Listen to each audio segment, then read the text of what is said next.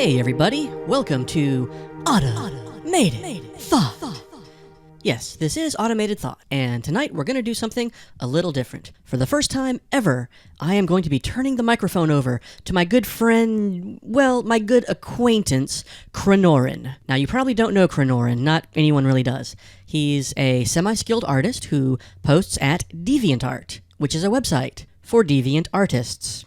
Anyway, he's here right next to me. Say hello, Chronorin. Hello? All right. So you're a proud member of DeviantArt, is that what I understand? Well, yeah, I have my my work at several websites, of which DeviantArt is just one. Fascinating. Because, DeviantArt, that's just mostly, furries and slime porn, right? Pretty much. But there's some good artists there. ArtGerm is there, and, there's a lot of good landscapes. Landscapes, yes. Awesome. So this whole art thing, do you, do this for a living? Well, I hope to someday. I've just set up my own Patreon, and so far I'm up to... That's wonderful. Anyway, I'm just going to turn the show over to you for the next 10 minutes or so, because you were going to answer questions or something?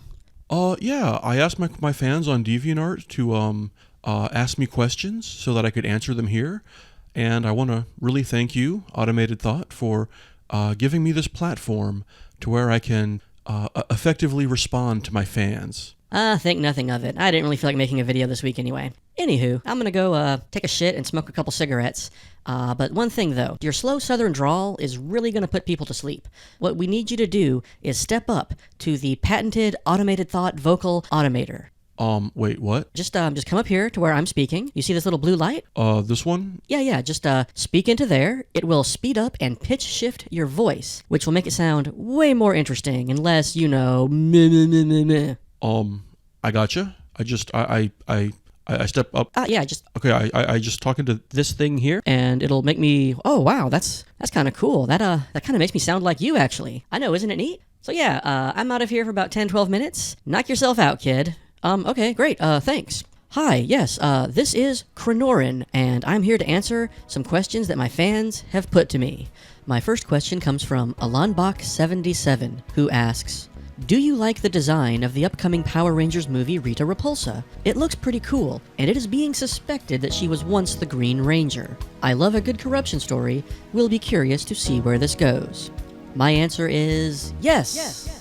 I really love the new design of Rita. I drew it, right? So I must like it. I'll be honest, unlike a lot of Power Ranger superfans, I don't really have like a strong emotional reaction to the old daffy horned witch Rita who, just was shrieking all the time and stuff.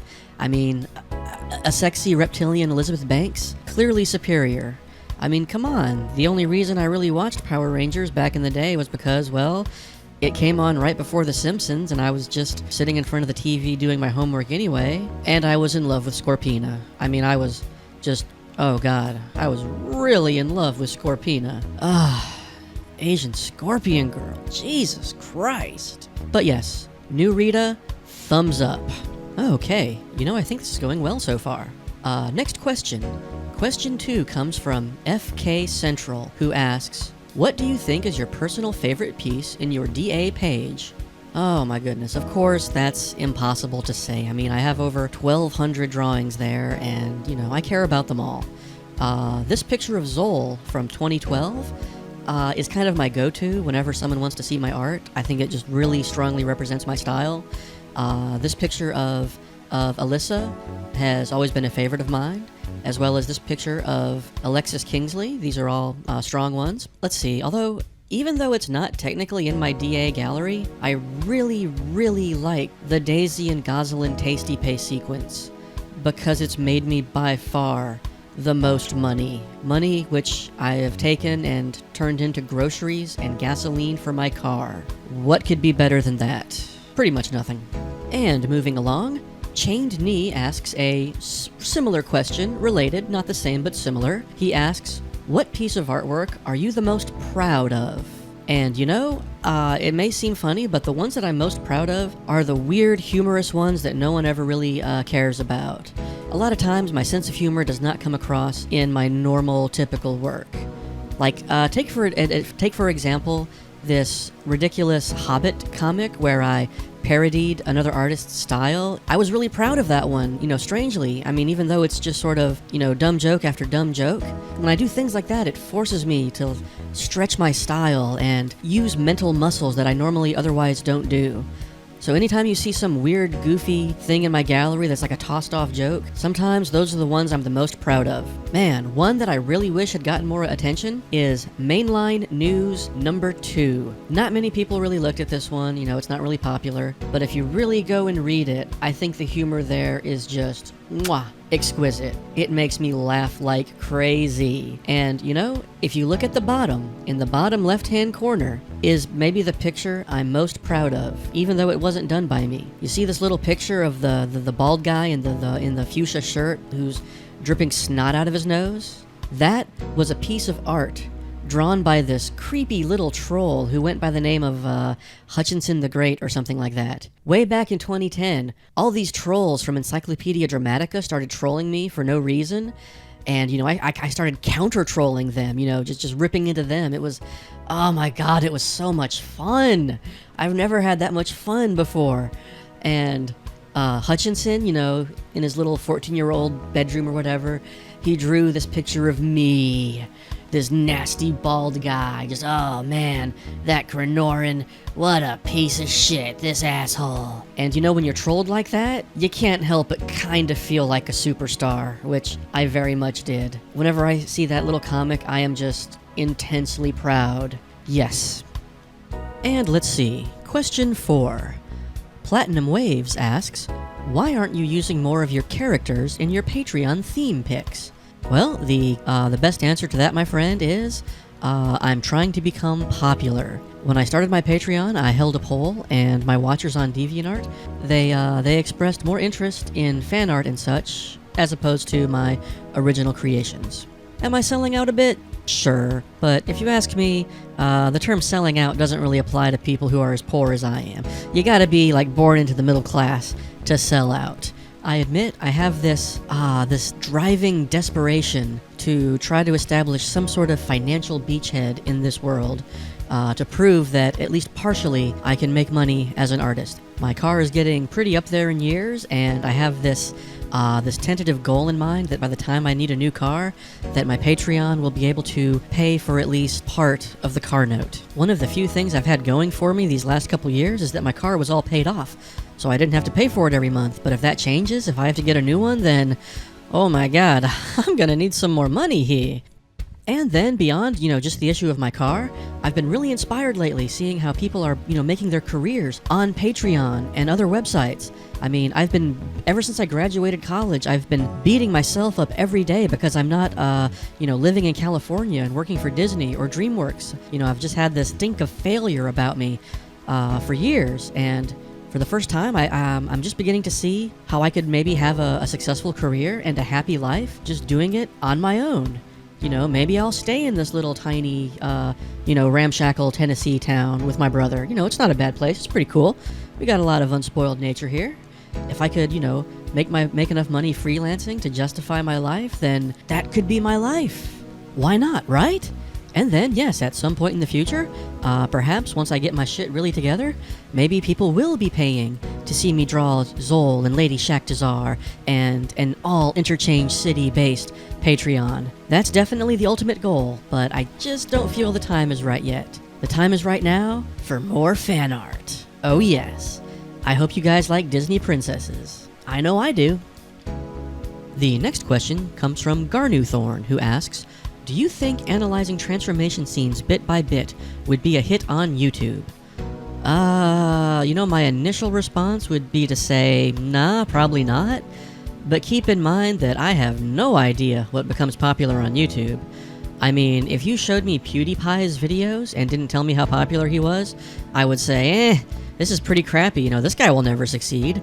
I still don't understand why people who unbox toys and such get millions of views.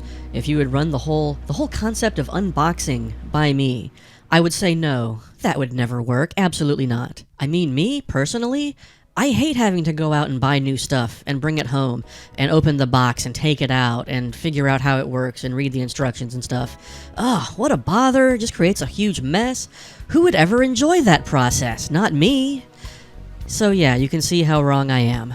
Heck, my friend showed me a guy called Joey's World Tour. He's a big fat guy who stuffs his face with junk food while making ridiculous honking noises and squeaking sounds. And I wouldn't think that would be popular, but boy, was I wrong. Apparently, there is quite a hunger to see a big fat guy sitting in his car trying to eat an entire bowl of nacho cheese without using his hands. If that can become popular, then maybe analyzing transformation scenes can be popular as well. I wish you good luck on that. And our next question comes from Octarine Pegacorn. I love that name, by the way. And they ask, who are your biggest inspirations on DeviantArt? When did you realize people transforming into stuff was cool? Did any major events in particular shape your political views? That's actually 3 questions, but what the fuck. My inspirations on DeviantArt are too many to name, and if you want to see them, go through my favorites. There are so many artists in the world, and so many of them are creating just brilliant stuff. Heck, go over to my new ArtStation page, check out my likes there. That's where some truly spellbinding work is being created, and I can't remember any of the names of the people that I follow on ArtStation. Most of them tend to have foreign-sounding names like Espen Savatrik and, Lapung Chang Chang Hu. Can't really remember them, but if you want to see what inspires me, go to my likes, go to my faves. It's all there. But if you're looking for one name in particular, I would have to say Van Heist on DeviantArt, aka Rob Tenpas or something. But Van Heist. Go to his gallery. Read his ongoing comic, Bomongo. Most of you probably know about it already. The Adventures of Go-Go and Dee-Dee. Bomongo. If inspiration is the same as insane frothing jealousy, then he's my biggest inspiration. I look at what he's done since around 2007, and I just wish that I had done what he did. I look at it and I think, why? Why couldn't that be me? Why didn't I think of that? I can't do it now because he's already done it, but fuck! Van Heist. Biggest inspiration, most likely. Let's see, second question. When did I realize people transforming into stuff was cool? As far back as I can remember, from the first time I ever saw any kind of action-adventure cartoon where, someone mutated into some kind of sexy monster. It's impossible to say, because it's just been kind of a fascination that's been with me as long as I can remember. Major events that shaped my political views. I would say I could narrow it down to 2. The first one would be, of course, the Iraq War. I was still fairly young and, naive when that happened, and it was a huge slap in the face to me, this dawning realization that all the greatness, all the goodness of America could be hijacked by a bunch of cynical, greedy, corrupt, evil people and redirected towards doing something that was completely beyond the pale. Something so bad that it caused Captain America and Superman to disavow their allegiance to America in the comic books. Remember that shit? The Iraq War, it made me pretty much a lifelong Democrat and a lifelong skeptic of conservatives and the Republican Party. I can't think of any Republicans or any major figures in the conservative movement who aren't either twisted, wretched, or just full of shit. Fuck the Republican Party. If Satan existed, the Republican Party would be doing his work. The second major thing that shaped my political views was the Ghostbusters debacle from earlier this year. Yes, that was also a huge tragedy. I'd been, growing a little leery of, a lot of the liberal websites I've been reading. Anytime a liberal website told me that I should be mad that Katy Perry was appropriating culture by, dressing up in an Asian gown, or, telling me that I'm a bad person unless I find Gabore Sidibe attractive, I was like, oh, come on, liberals, come on, you're full of shit here. But, Ghostbusters, that was, the Fort Sumter. That was the line in the sand where, those who had bought into the social justice worldview stated very plainly that either you were with Ghostbusters or you were against Ghostbusters, and you were a misogynist. And of course, I completely disagree with that. I'm sorry to mention this again, but I still read it in articles today. I'll still say, other people, some people said that this is why Ghostbusters failed, but that rings false because some bullshit reason. Yeah, the social justice people are not letting Ghostbusters go. Either you supported it or you are a misogynist. But, hey, at least the movie flopped. Yay. I'm pretty freaking glad of that. Now that all of us, 35-year-old white nerds have brought the Ghostbusters to heel and exposed Paul Feig for the charlatan and the bizarre, twisted misandrist that he is, what else can we do, my brothers? What else can we do? We may not have been able to prevent the Iraq War, but we did prevent this new Ghostbusters franchise from taking root. So, I guess not all is lost in our world. There is still hope. Next question comes from Adam the Joker, who asks, a lot of artists get commissioned to draw characters that they know nothing about from a series they know nothing about. A lot of artists go about this different ways, but do you yourself, when given a character you've never heard of, do you research the character? If so, how much? If no, why not? Yes, that happens all the time to me. Rise Kujikawa, Mitsuru I can't remember her name at the moment, Queen Nehelenia.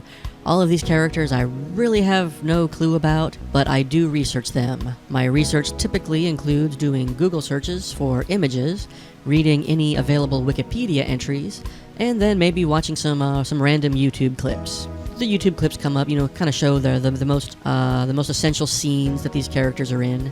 And in most cases, it's not that hard to get a pretty good picture of what a character is like and how they, should or could be drawn. As an artist, thankfully, I'm mostly concerned with surface details. In many cases, I don't need to know a character's whole story. Like if someone asked me to draw Littlefinger from Game of Thrones, and I didn't know about the character, all you need to know is he's a short, slender man with close cropped hair, a goatee perhaps, and that he's very intelligent and very sly, and, he's a brilliant man with all these, crazy plans. That's all you need to know, really, to draw him. So, yeah, that's my answer to that question. Okay, let's see here. Next question comes from Aragon XD. He asks, who's your favorite symbiote? Craziest transformation you ever saw? Let's see, my favorite symbiotes are my dogs. I love my dogs, and we do indeed have a symbiotic relationship. They rely on me for food and medical care, housing and companionship, and I depend on them because, since I don't have much family or too many friends in real life, and I don't have a girlfriend, I don't have any kids, having dogs, they're pretty good at keeping you from killing yourself. I mean, without dogs, it's just geez, it'd just be me and my computer, and that's just sad. Craziest transformation I ever saw. I've seen stuff on DeviantArt that makes me wish I could rip my eyes out and shove them up my ass so I wouldn't have to see them ever again. But let's think in the broader sense. The craziest transformation I've ever seen is the transformation of the entire world as I first knew it from around 1987 when I gained sentience to the world now in 2016. In so many ways, in almost every way, it is a completely different world. The transformation of the Earth is unreal and ongoing. Who knows what it will transform into next? And here's a question from the Fuzzy Necromancer, who asks, what do you know about intersex rights? What do I know about intersex rights? Well, I believe that they should have the same rights as any other citizen. They should have the right to own property, to control their finances, to move about the world freely. They must pay taxes, of course. But in every way that matters, I believe the intersex should have the same rights as everyone else. They should not be herded into camps. They should not be discriminated against or killed. And if that's what you're suggesting, sir, well, then we have come to a parting of the ways. I'm just kidding. Let's see. I could go to Google on this one and cheat, but I'm not going to.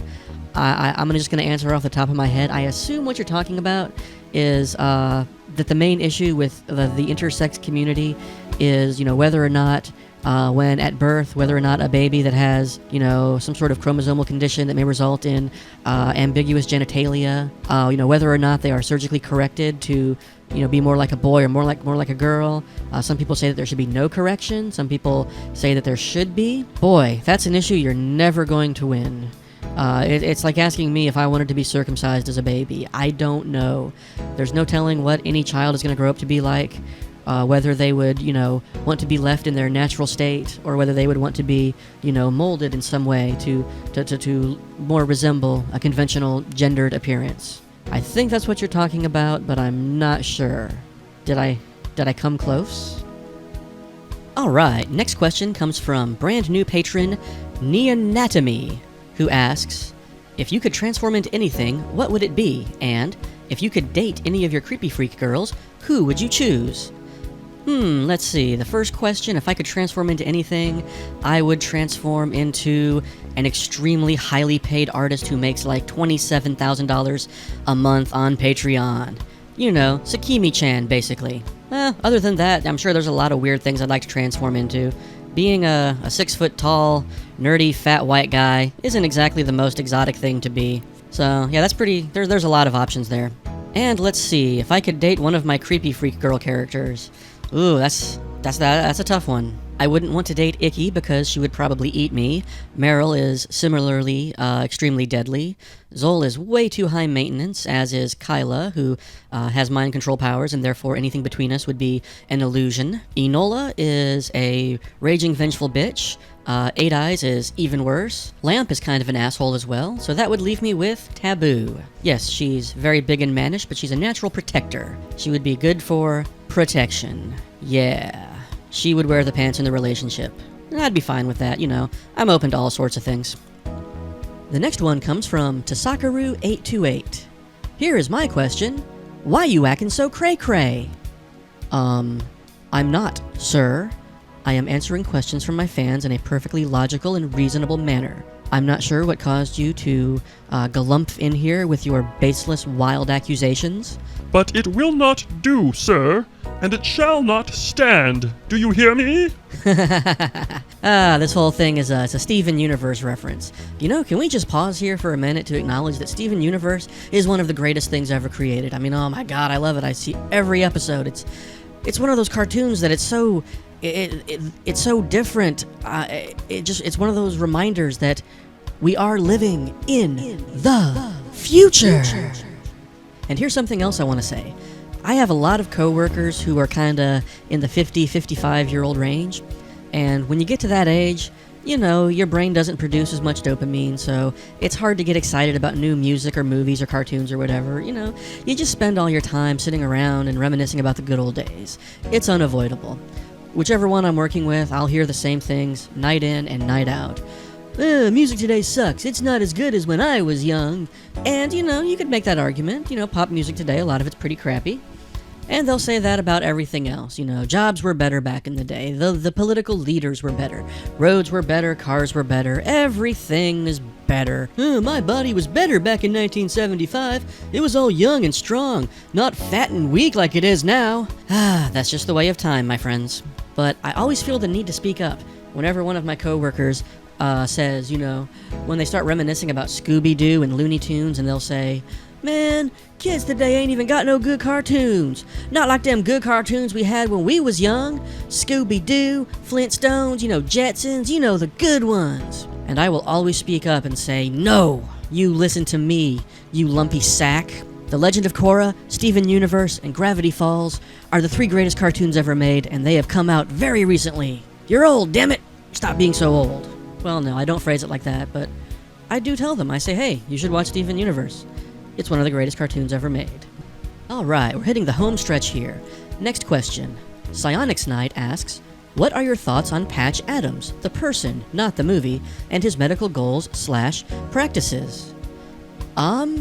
Well, as far as I know, the idea of, you know, treating the whole person and involving the mental and spiritual side of the patient in terms of the treatment, and not viewing patients as specimens to be pumped full of drugs and sliced apart and such, I guess I can get behind that. I mean, he must have been a good person because, let's face it, Robin Williams won't play you in a movie unless you're a genuinely good person. Woo, except for this asshole. God, that was one scary mofo right there. Ow, ow, ow! Jesus! Our new dog, Shorty, the Jack Russell Terrier, is like viciously scratching my legs with her sharp claws. Shorty, what are you doing, little dog? Come on, I'm recording audio for a video here. Oh, look at those brown eyes.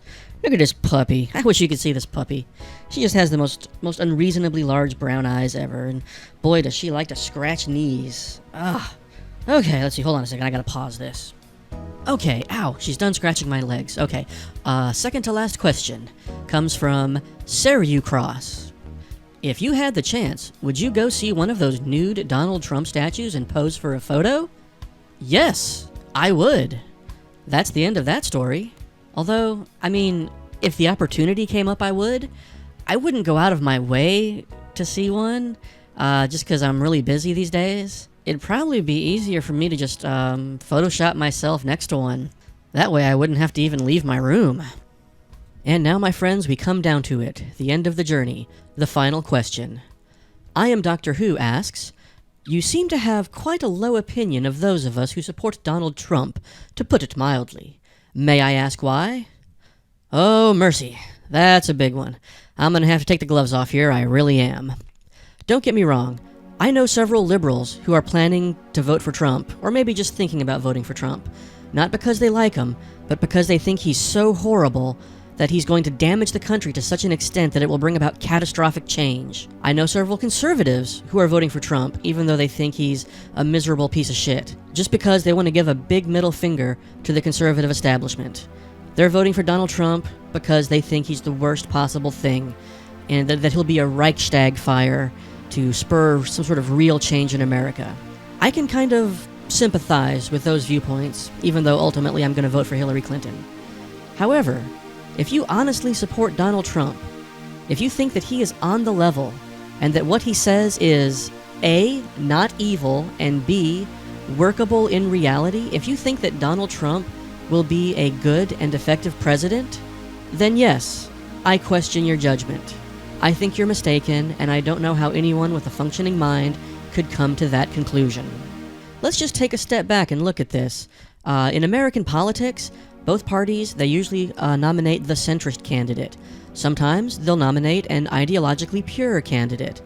But then again, you have these candidates that come in seeking their own fame and fortune. They're called the what the fuck candidates. You're not supposed to nominate the what the fuck candidate. Not ever. It's never happened until now. Donald Trump is a con man. He should have been a crazy third-party candidate, but through luck, bravado, and I guess some sort of insidious low cunning, he managed to worm himself inside the Republican Party and take it over like a parasite. For months, I've been trying to think of what would the Democratic equivalent of Donald Trump be. And you know what it would be? It would be as if the Democrats nominated Kanye West instead of Hillary Clinton. I mean, okay, I Am Doctor Who. Just imagine that we're living in an alternate mirror universe. The Republicans played it safe and nominated Jeb Bush. Boring old Jeb. Well, the Democrats, they got a wild hair up their ass, and they nominated Kanye West. And Kanye West based his entire campaign on making incoherent speeches. You know, let's say that he sounded like this. Yeah, baby, you know what I'm saying? Kanye West for president. Yeezy up in the White House. You know what I mean? I'm the greatest music producer in the world. I have created so many #1 albums. I must be able to create the #1 country in the world, man. That's just mathematics. That's logistics. That's the transitive property. You cannot deny it. Now, I know a lot of y'all are worried about the fucking Islamo-fascists over there in the Middle East coming over and doing terrorist acts here in the homie land. Let me tell you what President West is going to do about that, baby. I know all the people in the fashion industry. I know the best and brightest in the fashion industry. You know what President West is going to do, baby? I'm going to send them over to the Middle East, turn all them burqas into bikinis, baby. Burqas into bikinis. That's the campaign slogan, baby. Burqas into bikinis. Those Islamo-fascists, those Islamo-crackers, they ain't even going to have time to plan no terrorist attacks against us when they're shaking their ass to my new single off the life of Pablo, available on Tidal and iTunes. Download it now. Shit. Burqas into bikinis, baby. I'm going to get Saudi Arabia to pay for it all. You won't have to pay nothing. Vote Kanye West president, put the black back in the White House, keep it going, keep it going, keep it going. You know what's going to happen? Your girlfriend's ass is going to get 2 times bigger overnight. That's what I'm promising, baby. Yeezy does it. You know what? Shit, that's an even better campaign slogan. Yeezy does it, 2016, baby. Make it happen, actualize it. Now let's just say that that was the Democratic nominee. And Doctor Who, I came to you and I said, you seem to have a low opinion of those of us who support Kanye West for president. Now, why is that? So, what would you say? Because that would be my answer to you. You know, I could end it there, but no. I feel the need to continue. This is not over. The Donald Trump candidacy is a horror. It is a stain upon America. It is proof positive that things are going very wrong in this country. It really is. To me, you cannot separate the unlikely nomination of Donald Trump from the right-wing media complex that has sprung up in the last 20 to 25 years. Without right-wing radio and right-wing websites on the internet, Jeb Bush would be your nominee. Trump is something entirely new. And believe me, I know what I'm talking about. I've spent the last 8 or 9 years listening to tons of right-wing radio. I've listened to Mark Levin, Michael Savage, Rush Limbaugh, Glenn Beck, a lot of those other guys whose names I can't remember. And I can say, after all of this research I've done, that the right-wing radio world that has empowered the rise of Trump is a disgusting cesspool of endless lies, naked emotionalism, blind, misguided patriotism, and just outright carnival barker bullshit. You can't really take my word for it, of course, because I'm a liberal. I'm the enemy. I'm trying to fool you. But there's an excellent article that was published recently, How Donald Trump Blew Apart the Conservative Media. I will link it down below. And in there, conservative radio talk show hosts Charlie Sykes and John Ziegler, respected lifelong conservatives, they lament the loss of rationality within the conservative media world. I'm going to quote from them now. One of the chief problems, Sykes said, was that it had become impossible to prove to his listeners that Donald Trump was telling falsehoods because over the past several decades, the conservative news media had basically eliminated any of the referees, the gatekeepers. There's nobody, he lamented. Let's say that Donald Trump basically makes whatever you want to say, whatever claim he wants to make, and everybody knows it's a falsehood. It is impossible for me to say that. It is impossible for me to say, by the way, you know it's false. And they'll say, why? I saw it on Alan B. West. Or they'll say, I saw it on a Facebook page. And I'll say, well, the New York Times did a fact check. And they'll say, oh, that's the New York Times. That's bullshit. There's nobody. There's nobody you can go to anybody and say, look, here are the facts. And I have to say, that's one of the disorienting realities of this political year. You can be in this alternative media reality, and there's no way to break through it. And I swim upstream because if I don't say these things from some of these websites, then suddenly I have sold out. Then they'll ask me what's wrong with me for not repeating these stories that I know not to be true. Moving on, conservative John Ziegler says, if you are a conservative talk show host, which I am, if you don't accept that it's likely Hillary Clinton has taken part in multiple murders, or that Barack Obama is a Muslim extremist sympathizer who was probably born outside the country, if you don't accept those two things, it's almost as if you're a sellout. You're a rhino. You're somehow part of the liberal elite. It's nuts. It's making my own show very difficult to do. It's almost to the point where we are not able to function. Ziegler continues, it's almost like a disease, and it's taken over people. I don't remember this being the case 4 years ago. But something has happened. Something snapped. Now, all of a sudden, if a story comes out, and if it's not on Breitbart or endorsed by Drudge, it can't be true. Especially if it's about Donald Trump, which is flat out ludicrous. I think that people are very lost, and they don't know what to do at this point. Going back to Charlie Sykes, he continues by saying, when this is all over, we have to go back. There's got to be a reckoning on all of this. We've created this monster. And look, I'm a conservative talk show host. All conservative hosts have basically established their brand as being contrasted to the mainstream media. So we have spent 20 years demonizing the liberal mainstream media, and by the way, a lot of it has been justifiable. There is real bias. But at a certain point you wake up and you realize that you have destroyed the credibility of any credible outlet out there. And I am feeling, to a certain extent, that we are reaping the whirlwind at that. And I have to look in the mirror and ask myself, to what extent did I contribute? Yes, those are conservatives, conservative talk show hosts, who have begun to realize the insanity that has become completely normalized in the conservative media complex. I've seen this building step by step, radio hour by radio hour. The conservative media complex, which gave rise to Donald Trump, has created a fact-free zone where, they've given up all semblance of rationality in politics.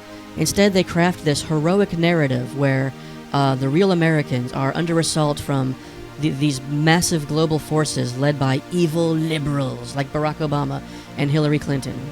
And the only way to fight back is through some sort of drastic patriotic revolution or renewal. And it's something that's never going to happen. It's never going to come about, which keeps people listening. If the struggle is never ending, if the struggle is unwinnable, then people keep tuning in every hour. Way back in the 80s, Rush Limbaugh discovered that if you give people the truth, then it's boring. You're just reporting the news. But if you find a way to make people angry, to make them feel oppressed and outraged, then they'll keep tuning in and you'll become a millionaire, a multimillionaire. It's the path to success that all these other conservatives have followed. But now it's come back to bite them in the ass because Donald Trump is their nominee. Don't get me wrong. I'm sympathetic to people who are disillusioned with the Republican establishment. I hate the Republican establishment. For years, for decades, normal, hardworking Americans have been supporting a party, the Republican Party, that doesn't give a shit about them. The Republican Party is almost entirely controlled by billionaires. They get people to vote for them by dangling God, guns, and gays in front of them, things that get the blood boiling. But behind it all, there's some smug millionaire who was born into obscene wealth, and at the end of the day, you know what he has to say to all the people who voted for him? Oh gosh, you're feeling economically insecure? You're not feeling good about the direction of the country? Well, you mean you're not rich? You don't own several businesses? You didn't inherit millions of dollars from your father? You don't make the majority of your income off of your stock portfolio? Oh gosh, I'm not sure why you would choose that life. Seems to me you poor people should just go out and work harder and get some more money. Every man for himself, because you know what? That's worked pretty well for me so far. Yeah. Good luck with that. Keep voting Republican, by the way. That's the way it's been for a long, long time. And Republicans have finally gotten sick of it. The saddest thing I've heard in this whole election cycle was some old man on the radio in Ohio saying that he knows full well that Donald Trump can't wave a magic wand and bring, the steel mills and textile plants back to Ohio. It's impossible, but he's still supporting Trump because Trump was the only person who talked about it and created some sort of emotional connection, and that's extremely sad. When you really think about it, the apocalyptic nature of Donald Trump's candidacy, in which he screams at the top of his lungs that everything is bad and everything is falling apart, you can see the appeal of that, because if you look at it logically, the institutions of America, the government, the military, the private sector, colleges and universities, the haves, they're doing better than ever. The only people who are falling behind are working class people. Now, if you go to these working class people and tell them that the reason they don't feel good about the future is because they were born in the wrong place, because they don't have the right kind of education, because maybe they're not super geniuses, because they weren't born into a family that had lots of resources, if you tell them that the reason they're getting shafted is just because of bad luck and circumstance, then that's disheartening. That makes them feel depressed and alone. But the narrative that Donald Trump and the right-wing media world has crafted is that all of their problems are because America is under attack. You hear this time and time again. America is in dire straits. We're on the edge of collapse. This is a fight for all of American civilization. It's not just you, blue-collar worker driving your truck to work. The reason you feel bad is because there is a looming catastrophe that threatens to engulf us all. It's not true. If you're a fan of Michael Savage or Mark Levin or any of these other people, think back to how many times they've cried doomsday. Think back to all the times they've told you to buy gold, that the collapse is imminent, right around the corner. I mean, look at Glenn Beck. He spews that shit nonstop, that the apocalypse is nigh. It isn't. It never has been. It probably never will be. But that sort of narrative, the heroic patriot standing tall in the face of apocalypse, that makes people feel good. The truth doesn't make people feel good at all. A couple months ago, even Michael Savage, who is an endless fountain of idiocy and verbal diarrhea, even he hit upon a good idea. In one of his rants, he was wondering why the government wasn't funding a bunch of non-profit universities that would teach technological jobs to poor teenagers. For kids who didn't want to go to a four-year university. Programming colleges that would teach kids how to code, how to do high-tech maintenance jobs. And I thought, you know what? That's sensible. See, that's the kind of thing that an outsider candidate like Donald Trump should be talking about. If the white, rural, pissed-off Trump voters of the nation, if they had a true representative, that's the kind of change they'd be calling for. Let's renew the heartland with technological schools. Let's invest in green energy that can be produced in the heartland, all this other stuff. Let's find a way to get all the kids off heroin and OxyContin. By and large, conservatives, they don't want to ask for help. They don't want to sound like whiners, like takers. That'd be no different than being some poor black person on welfare, is if you admitted for even 1 second that your life wasn't perfect. And that's the psychological bind that Republican voters find themselves in. On one hand, they have to say that they're fine, they're completely independent, everything's going great for them, they're a real man, they're supporting their family, no problems there. Then at the same time, the apocalypse is about to happen and everything is about to go under. Do you see how that works? People who listen to right-wing radio, they're absolved of their own individual responsibility and of their own individual failings, because it's not just them who's falling behind, it's all of America, it's everyone. It's so much more comforting to think that the entire country is going down instead of just you. But sadly, it's not true. In a grand geopolitical sense, America is just as strong as it's ever been. It just doesn't need as many people to work anymore. The average citizen doesn't really have much power. That's just the truth of it. If you step back and take a look at it, the good old days of America that Donald Trump thinks he can bring back, those good old days were the product of having the rest of the civilized world bombed into oblivion during World War II. It was the product of having not many women in the labor force, of blacks being systematically oppressed, of, white men coming back from war and having no problem getting loans, good educations, and high-paying jobs, where even someone who worked a line at a steel mill could support their family for 30 or 40 years. That's never coming back, nor should it. Any sort of outsider candidate that's going to transform the two-party system needs to be talking about those things, about how to move into the future, not, pretending that we can somehow go back. Go back, go back. You hear that on every conservative radio show at every moment. We have to go back. We got to get back to. We got to get back. We got to go back. Let me tell you, Rush, we need to go back. We got to get back. There is no going back. The past is gone. There is only the future. Okay, let's get back to Donald Trump. The strangest misconception that I've run into over these past few months is all the people who think that Donald Trump must be talented and must be brilliant because he came up from nothing and made all that money himself. They don't seem to realize that Donald Trump inherited an $8 billion empire from his dead father. I can kind of understand, because the way Trump comports himself, the way he looks, the way he acts, he does kind of have that nouveau riche, gaudy, ostentatious manner about him. He looks and acts like some poor schlub who got lucky and, pulled himself up by his bootstraps. But he's not. He was born into obscene wealth, and the fact that he's crass and vulgar doesn't really make him any better than Mitt Romney. To the person who asked this question, I am Doctor Who, I want to ask you this. Imagine that you were born into extreme wealth. Your family had billions of dollars. You were never really going to have to work a day in your life to feed yourself. Imagine that you were given that pass in life. You would be free to craft any life you wanted for yourself. Anything. You could do almost anything. What would you do? What kind of life would you choose? You could become the sort of billionaire that dedicates yourself to the creation of new, groundbreaking technology that helps the world. Richard Branson, Elon Musk, Bill Gates. Those people have done things with their money that have pulled the world into the future. You could dedicate yourself to charity, as Bill Gates has done. You could dedicate your life to politics, as many, rich white people have done over the years. Charity, politics, the law. You could become a marine biologist. You could dedicate yourself to the arts. You could do anything. Anything you wanted would be within your grasp.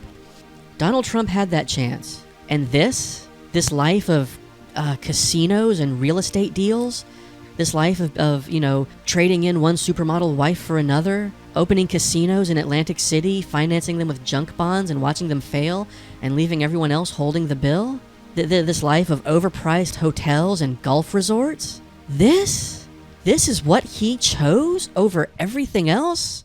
What else do you need to know about the man? Donald Trump's life, his style, his everything he does, his lifestyle reminds me of the Homer car that Homer designed when he had an unlimited budget. Just throw everything in there, everything just gaudy and disgusting and overpriced. That car is Donald Trump. At this point, I don't even know what else to say. If you're a conservative, you really don't have anyone to vote for in this election that represents your beliefs. If you're a Christian, then Donald Trump is mammon incarnate. Just the gross pursuit of hedonistic sex and wealth and power over his fellow men. A life lived entirely for his own grotesque sense of self. That's pretty much the opposite of everything Jesus said to do. If you're a fiscal conservative, Donald Trump's tax plan would make a $10 trillion hole in the budget. If you're in any sort of movement conservative, Donald Trump is... he's not one of you. Donald Trump is the submerged id breaking free. Ultimately, I blame both the Republican establishment for their ongoing lack of representing their voters, and I blame the Republican voters for giving themselves over to their darkest impulses. Remember back 8 years ago when conservatives were complaining that black people were voting for Obama just because he was black? that they weren't taking the time to, take a nuanced view of the positions of Obama and McCain and compare them. Because if you did that, then any logical person would vote for McCain. No, there's black people just voting for Obama because he was black. It's just a gut-level reaction on their part. There's women who vote for Hillary just because she's a woman. There's Mormons who vote for Mitt Romney because he's a Mormon. When it comes to Trump, it's pretty clear that there's a lot of loud, selfish, arrogant assholes who are voting for Trump just because he's a loud asshole. I mean, you can't dissuade them from it. It doesn't matter what Trump says, what his plans are. They're just say, hey, that guy's a loud asshole who hates everybody. That's my guy. That's who I am. I see myself reflected in Trump. I wish I was a loud, rich, swaggering asshole who didn't have to take shit from anybody. There's no answer to that. You can't apply rationality to it. Now, me personally, I don't think Donald Trump is going to win. I think Hillary's going to win pretty handily in November. But the fact that Donald Trump is this close, I think it's scary. Because even if Donald Trump doesn't win, someone else in the future, someone like Donald Trump, will probably win the presidency one day, and he will become a dictator, a fascist. We will have failed the ultimate test of citizenship, the ultimate test of intelligence and discrimination. We'll elect him because he says, our country's great, I'm strong, I'm going to protect you, only I can do it. If you don't vote for me, you hate the country. It's going to happen someday. All democracies end in dictatorships. America's time is coming. Donald Trump won't be the guy to do it, but he is paving the way. He is completely paving the way for the destruction of America. Did that answer your question? I went on a bit long there, but, I had a lot to say. Well, I guess that's the end of the Q&A session. Oh, it looks like automated thoughts coming back. Hey, Chronorin! Yeah? Buddy, you went over your 10 to 12 minutes there. I'm afraid I'm going to have to charge you for that extra bandwidth. Okay. Also, there's a fee for using the vocal automator, so we'll tack that on. You'll get my invoice in your email here in a few days. Okay, well, I still really enjoyed it. Thank you again for this opportunity to speak to my fans. Yeah. Is there anything you want to close with there, Bubby? Not really. My name is Chronorin. Visit me on DeviantArt. Check out my ArtStation page. This has been a lot of fun. All right. Now get the hell out. Okay. Sorry that I was away for a while. That shit I took was a pretty long one. Anyway, that's Automated Thought for this week. We'll be coming back at you with something better next week. I'm sorry, folks. I'm really sorry you had to put up with this. These liberals, they just, can't comprehend how awesome Donald Trump is and how great he's going to make America. America's going to be winning, and winning with Donald Trump as president. From Automated Thought, I say, Donald Trump 2016, baby! Woo!